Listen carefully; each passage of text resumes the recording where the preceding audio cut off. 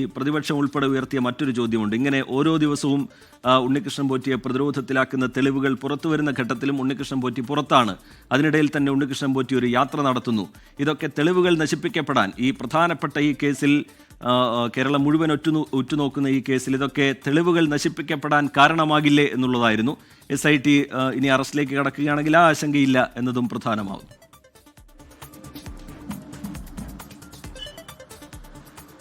ശ്രീജിത്ത്, ഈ കേസുമായി ബന്ധപ്പെട്ട അന്വേഷണം വളരെ സങ്കീർണമാണ്. കാരണം ഇതുമായി ബന്ധപ്പെട്ട കാലപ്പഴക്കം, ഒപ്പം തന്നെ 6 ആഴ്ചയ്ക്കുള്ളിൽ തന്നെ ഇതുമായി ബന്ധപ്പെട്ട റിപ്പോർട്ട് ഹൈക്കോടതിക്ക് മുൻപിൽ അന്വേഷണ സംഘത്തിന് നൽകേണ്ടതുണ്ട്. ഇതുമായി ബന്ധപ്പെട്ട നിലവിൽ ഉണ്ണികൃഷ്ണൻ പോറ്റിയെ ചോദ്യം ചെയ്യുന്നു എന്ന വിവരം പുറത്തു വരുമ്പോഴും ഉണ്ണികൃഷ്ണൻ പോറ്റിയെ അറസ്റ്റ് ചെയ്യാനുള്ള സമയം ഇനിയും ഇവരുടെ പക്കലുണ്ട്. കാരണം ഇപ്പോഴുള്ള കസ്റ്റഡി അനൗദ്യോഗികമാണ്. അനൗദ്യോഗികമായ കസ്റ്റഡിയിൽ തന്നെ, ഔദ്യോഗികമായ കസ്റ്റഡി രേഖപ്പെടുത്തിയാൽ 24 മണിക്കൂർ സമയമുണ്ട്.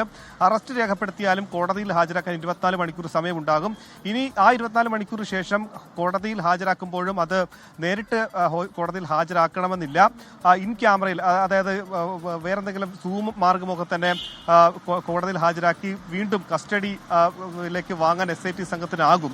കാരണം ഇതുമായി ബന്ധപ്പെട്ട നിലവിൽ ഉണ്ണികൃഷ്ണൻ പോറ്റി ഇതിൽ പ്രതിയാണ്, കുറ്റക്കാരനാണ്, മുഖ്യ സൂത്രധാരനാണ്, ആസൂത്രകനാണെന്നുള്ള കാര്യത്തിലൊക്കെ തന്നെ ഏറെക്കുറെ തെളിവുകൾ ഇതിനോടകം തന്നെ അന്വേഷണ സംഘത്തിന് സ്വരൂപിക്കാൻ കഴിഞ്ഞിട്ടുണ്ട്.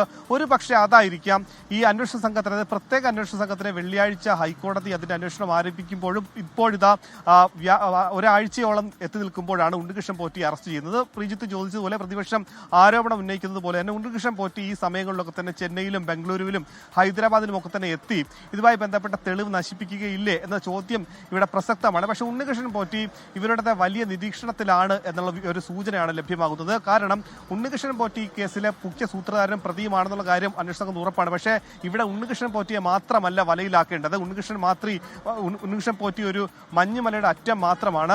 അതുകൊണ്ട് ഈ പങ്കജ് ഭണ്ഡാരി അടക്കമുള്ള സ്മാർട്ട് ക്രിയേഷൻസും ഒപ്പം തന്നെ ബംഗളൂരുവിൽ ഇത് കൊണ്ടുപോയി പൂജ നടത്തിയ ബന്ധപ്പെട്ട ആളുകൾ, അങ്ങനെ ഏറെക്കുറെ ഗൂഢാലോചന ഈ കേസുമായി ബന്ധപ്പെട്ട് നടന്നിട്ടുണ്ട്. ഒപ്പം തന്നെ നിലവിൽ സസ്പെൻഷനിലായിട്ടുള്ള ഉദ്യോഗസ്ഥർ മുരാരി ബാബു അടക്കം സുനിൽകുമാർ അടക്കമുള്ള ആളുകൾക്ക് എന്തായിരുന്നു ഇതുമായി ബന്ധപ്പെട്ട ബന്ധം? 2019 ഇതുമായി ബന്ധപ്പെട്ട മഹർസർ തയ്യാറാക്കിയ മുരാരി ബാബു എന്തിനാണ് ചെമ്പുപാളി എന്ന് എഴുതിയത്?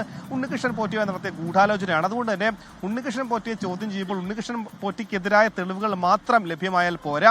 ഉണ്ണികൃഷ്ണൻ പോറ്റിയെ സഹായിച്ചവർ, ഈ ഗൂഢാലോചനയിൽ പങ്കാളിയായവർ, ഈ സ്വർണം കടത്താൻ നിന്നവർ, ഈ സ്വർണം കടത്തിയതിന്റെ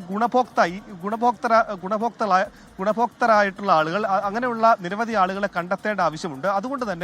അതുകൊണ്ടാണ് ഞാൻ ആദ്യം സൂചിപ്പിച്ചതുപോലെ ഈ കേസ് വളരെ സങ്കീർണമാണ്. ഈ ഡിജിറ്റൽ രേഖകളടക്കം കണ്ടെത്തേണ്ട ഒരു പോംവഴി എന്താണെന്ന് അന്വേഷണ സംഘത്തിന് മുൻപിലുണ്ട്.